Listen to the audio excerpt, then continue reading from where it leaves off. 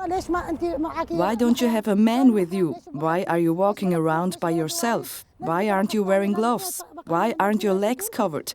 Put on decent clothes. I can't walk properly in this. I can barely move. I have difficulty breathing, but this is how they want you to go out on the street.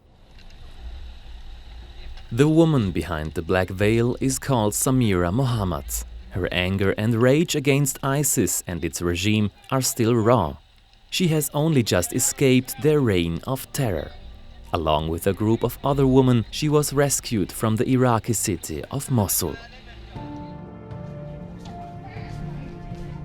Duha Saddam managed to escape a while ago.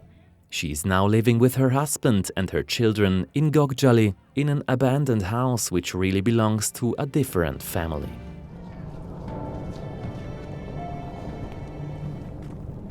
As of recently, Gogjali is considered liberated from ISIS.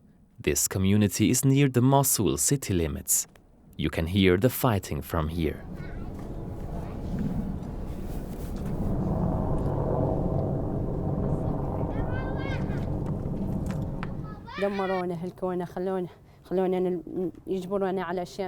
The ISIS men did not grant us any freedom. They destroyed us and wrecked everything. They made us wear certain garments. We always had to veil our entire face all the time, against our will.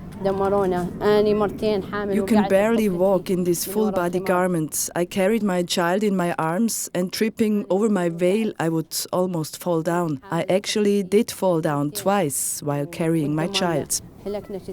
The ISIS militants are very violent towards us. They killed so many people.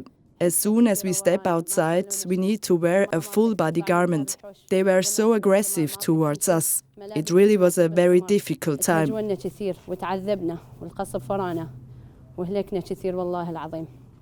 Likha Muhammad al-Svedani lives at the Khazir refugee camp. The 23-year-old woman is 5 months pregnant.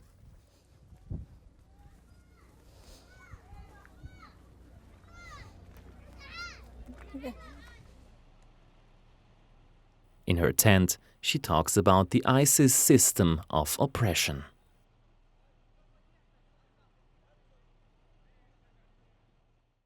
There were special women's troops who made sure we complied with the IS dress codes, called Hisba.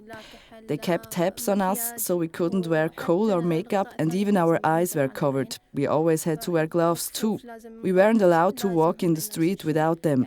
The Hisba women constantly berated us. If one of the women violates the dress codes, they make a note of her name. She will get a ticket, and the next time her husband or her father will be called in for questioning. Some are whipped or forced to pay fines.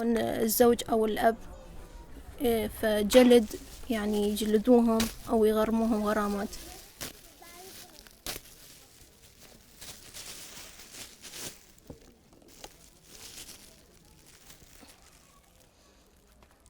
Likha tells us how ISIS took over the hospital she was working at. If you violate the ISIS dress code, then ISIS men will revile you. تمشي بالممر ما منزلة على عيونها لأنه لابسة مناظر. There was one girl who didn't have a full veil because she wears glasses. The ISIS man told her to cover her eyes with a veil. She said it wasn't possible because of her glasses, but they insisted and began to insult her. They said, now that the Iraqi army is here, you want to wear clingy dresses or show yourselves naked. They are waiting for you. How can anyone even consider this as being Islam, talking to a young woman like that in public?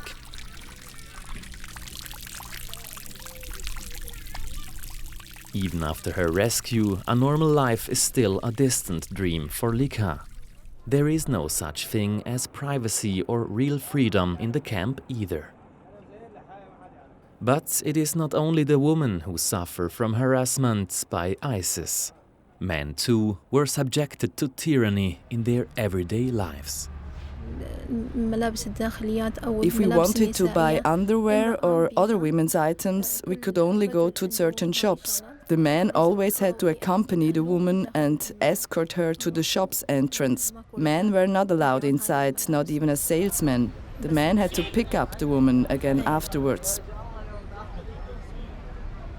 We had always used to dress modestly, but not like this. Our concept of Islam is different. We could wear regular clothes like any other woman, but suddenly everything had to be black. You had to keep your eyes lowered, your head bowed, and always walk behind the men. The two women in this film have escaped the tyranny of ISIS for now. But their certainty remains as fragile as the peace is here in northern Iraq.